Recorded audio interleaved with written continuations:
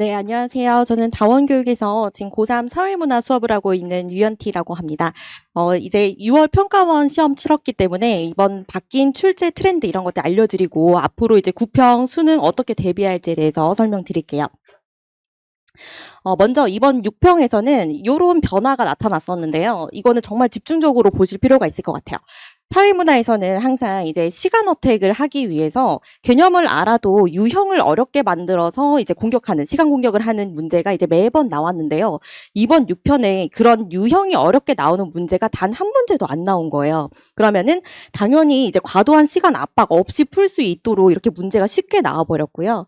그리고 도표에서 세 문제가 항상 출제가 되고 있는데 도표 또한 난이도가 너무 완화가 됐어요. 그래서 이제 마지막 사회문화 세대다 해가지고 당연히 불수능, 불시험 이렇게 예상을 했겠는데 너무 쉽게 나와버린 거예요. 그래서 이제 시간 압박이 없으면 당연히 아이들은 이게 뭔가 풀면서도 왜 이렇게 쉽게 나오지 이런 생각을 하면서 알아도 약간 그냥 바로바로 이렇게 패스해버리고 검토를 안 하는 경우가 생길 수도 있어요. 그러면서 이제 실수를 할 수 있는 경우가 있는데 그게 어디서 실수가 발생하냐면 여기 파트예요.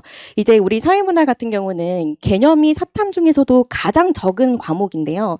개념을 암기하지 않아도 이제 독해력으로 풀 수 있는 문항들의 숫자가 늘어났어요. 국어 능력이 조금 요하해지는 그런 문제들이죠. 정보화 사회 문제점을 골라라. 제시문에서의 주제를 골라라. 이런 쉬운 문제들이 두 문제나 출제가 되는 거예요. 20문제 중에서 두 문제는 암기도 하나도 안 하고 상식적으로 국어 능력으로도 바로 풀리는, 1분 안에 풀리는, 심지어 30초 안에 풀리는 문제가 두 문제가 나온다는 거예요. 근데 이런 문제를 이제 쉽게 이번에는 쉽게 나왔는데 작년부터 이런 문제에 대해서 변별을 높이기 시작했어요. 최신 트렌드인 문제인 거죠. 과거에는 이런 문제들이 출제가 되지 않았는데 작년에 이쪽 파트에서 난이도를 높여서 국어의 문해력이 조금 어려워하는 친구들은 단순 문제에서도 이제 틀리는 경우가 나왔었다라는 거고요.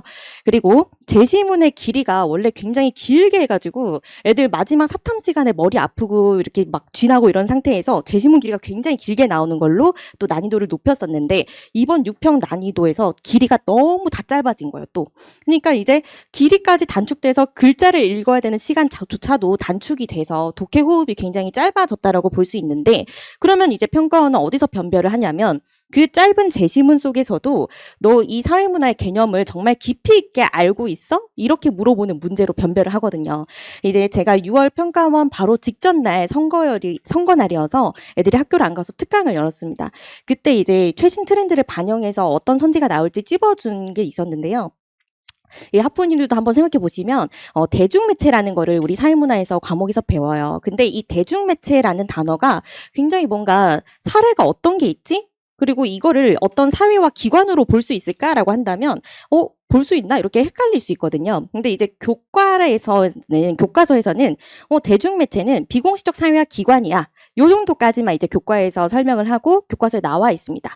근데 이제 수능에서는 어떻게 나오냐면은 대중매체의 사례를 네가 다 알고 있어? 이렇게 해서 물어보는 거죠. 대중매체 사례 어떤 게 있냐면 신문, 잡지, 책, SNS, 라디오 이런 것들이 들어갈 수 있어요. 근데 제시문에 신문, 잡지가 적혀 있으면 신문, 잡지 이거 비공식적 사회화 기관으로 한 개로 카운트 쳐야 돼. 이렇게 찾아내야 되는 건데요. 이 사례를 모르면 아이들이 찾을 수가 없다라는 거죠.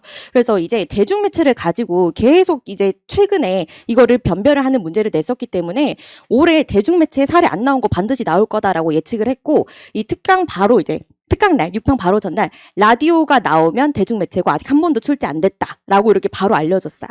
라디오 바로 시험에 나온 거예요, 이번에. 그러니까 최근 트렌드에서 강조하고 있는 지점에서 안 나온 것들을 위주로 나오고 있다는 거. 그러니까 너무 옛날 문제에만 포인트를 두실 필요는 없고 최근의 경향에서 이제 어떻게 바뀌는지 예상하면서 푸는 게 중요하게 됐습니다. 자, 그래서 이제 당연히 앞에 있었던 말 자꾸 반복이 나올 수는 있는데요. 암기 당연히 해야 돼요. 그리고 스스로 내재하고 중요한 건 이제 사례 적용을 할 수 있느냐입니다.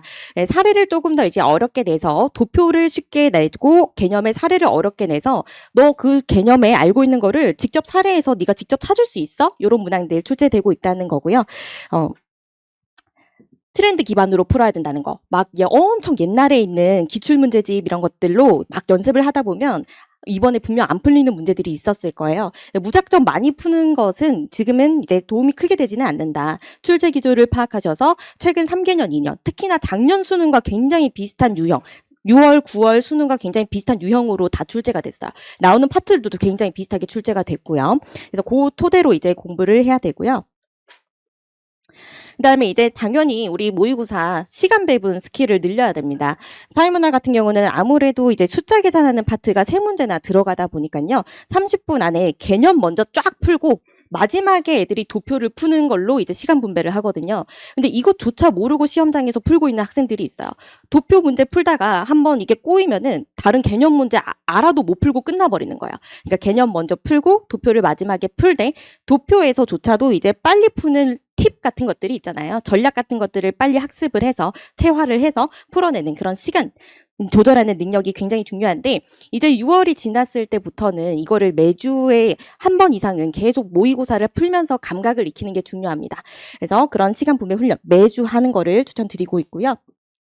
6평에서 나온 이 문제들을 분명 틀린 학생들이 있을 거예요. 개념 부분이 약했던 부분이 있었다면 분명 틀렸을 건데 그거를 이제 복기로 해서 다시 도약을 할 수 있는 걸로 가시면 되겠고 남은 5개월 동안은 이제 지금 이번 6평이 굉장히 EBS 난이도로 출제가 된 거예요. 원래 모의고사 6평, 9평 수능에서는 EBS 수능 특강보다는 훨씬 어렵게 출제가 됩니다. 근데 EBS 난이도로 나왔다는 거는 EBS 연계가 그래도 조금 높았다라고 생각을 해요. 그래서 아무래도 연계율은 계속 높아질 것 같은데 6평에서 쉬웠다면 9평은 무조건 어려워진다라고 보셔야 됩니다. 그 뒤에서 어떤 식으로 또 어렵게 나올지 한번 보여드릴게요.